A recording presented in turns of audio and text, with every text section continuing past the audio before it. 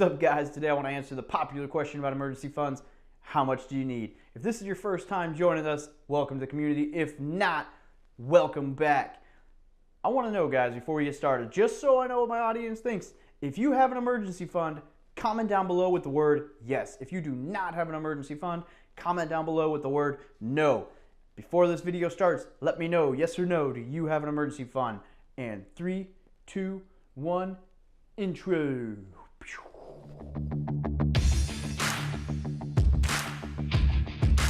Before we get started, I want to read the definition of an emergency fund. I'm going to look down here real quick and I'm going to read the definition from Investopedia. An emergency fund is an account or funds set aside in case of the event of a personal financial dilemma, such as the loss of a job, a debilitating illness, or a major repair to your home. I'm going to take a minute and break that down into my words. This is my definition of an emergency fund. It's your oh shit money. Like, stuff happens, and this is the money that bails you out. It doesn't get much simpler than that. Now, you may think that an emergency fund is unnecessary, but the reality is jobs go away. Injuries happen. People die. Car wrecks happen. Cars break down. Maybe you want to travel the damn world and something else happened and you don't want to spend your travel money. The point is, having an emergency fund is hopefully not necessary. Hopefully you never need to touch it. It's not very realistic though. So it's better to have it and not need it than to need it and not have it. Check. If you're in the government, you definitely need to pay attention to this. Now, not once in the last 5-10 years, but twice, the government has come to a shutdown, or at least come close enough that people start freaking out. And both times, people lost their mind. Like, oh my God, how am I going to pay for my car? I won't be able to pay rent. How am I going to feed myself? How am I going to feed my kids? The cat's going to die. Oh my goodness. That's not fun. I get it. Having the government shut down is not convenient for anybody. But if you don't have enough money to survive for a month without a paycheck, especially when you're going to get the paycheck back retroactively, that's on you. That is your problem.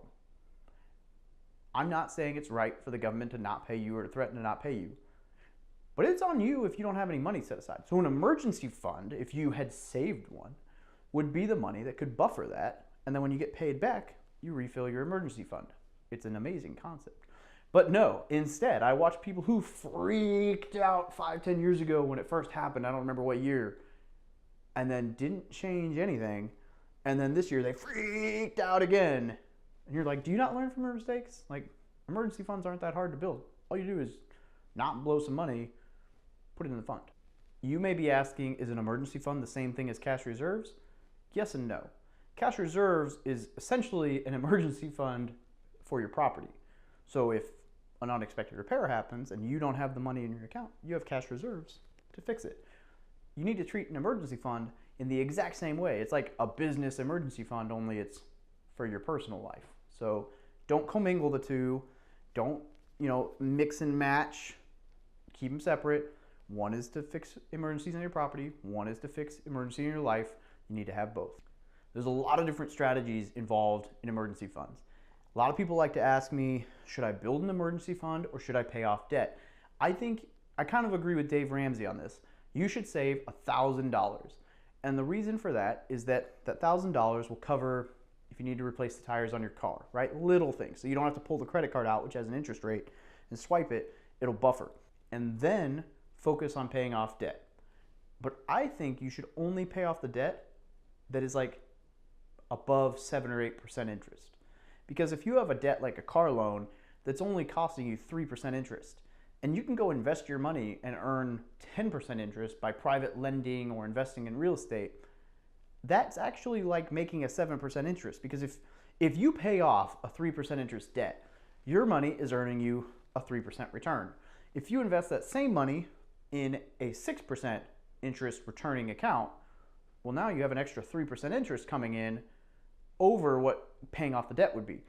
And you could just put that money into paying off the debt and it would actually get paid off faster. There are two big financial icons that talk all about emergency funds: Dave Ramsey and Susie Orman.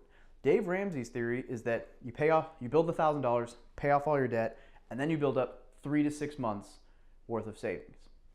I think that's a pretty solid number.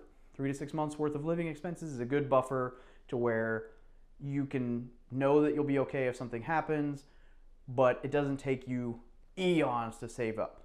Susie Orman's theory is that the $1,000, pay off your debt, whatever, and then you need to save up at least 12 months worth of expenses. Now, her reasoning for this is that 12 months is better than 6 months. I agree, it's more secure, it's safer, but here's where I have a problem with that. 12 months of expenses for some people is $30,000, $40,000, $50,000, $60,000. I mean, obviously if you lost your job or whatever, you'd cut some expenses back, but it's probably $30,000-ish, quite possibly more than that. It's gonna take you a long time to save up $30,000, especially when you put it in context like this. Wow, I finally saved up $30,000 for this emergency fund, and now I can't touch it. Oh my goodness, I wasted 2 years saving up $30,000 for that emergency fund, and I gotta start from scratch to save money to invest? That blows. I don't like to think of things that way. Saving up 30 grand, not being able to touch it, and still not having anything to invest, is a pretty rough theory. That's very demoralizing. It's gonna be tempting to reach into the 30 grand and slap it in an investment. Maybe if you save $10,000 or $15,000 for your emergency fund, and then you start pumping money into your investments, and they're earning you a return, and you can keep your emergency fund, and you're earning money by making your money work for you, I think that's a better strategy long term.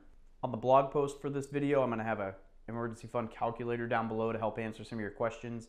Definitely click over there and take a look at it. It's pretty nifty. The question, how much do you need? That really depends on your personal tolerance for risk. So for me, I think maybe 3 months of emergency funds tops is fine because my investments are making money. I have a pretty secure job. If my job tanks, my wife has a pretty secure job and we can just cut expenses.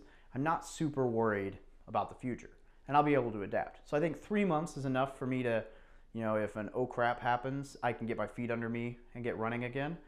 And that's me. And then, when I have a lot of investments going, maybe I build that up to 6 months. Maybe as I get closer to like financial retirement, I'll bump it up to a full year even. But that's once a lot of money's coming in to cover my rear. I don't want to do that now because time is on my side for making my investments work for me. And I don't want to be snoozing while time's working for me until I'm old and then I don't have time on my side anymore.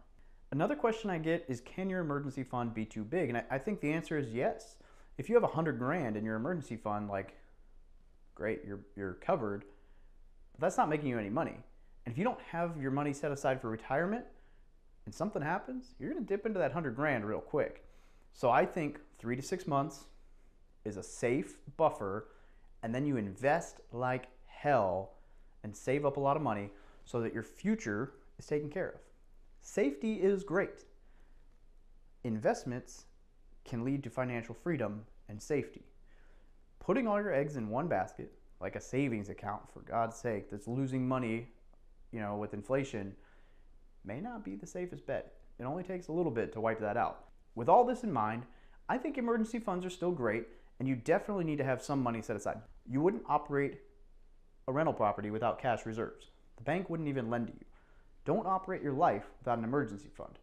Now, you don't need $100,000 as a cash reserve to go buy a $20,000 rental property. You don't need $100,000 set aside in case your car breaks down. Think in moderation, think it through.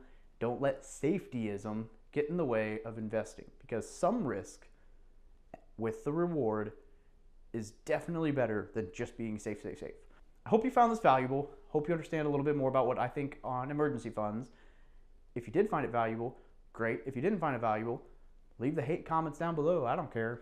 More engagement for the video. Hey, subscribe to the channel to get more notifications. If you want me to do more personal finance type videos, let me know in the comments. I mainly focus on investing in real estate, but I am absolutely okay with doing budgeting videos and emergency fund videos and savings account videos and thrifty, whatever videos, totally cool with it. So let me know down below if you think that you would like to see some more personal finance videos. And if not, then comment down below and say, REI all the way, real estate, woo, woo, shaka, whatever. Have a great day, guys. Thanks for watching.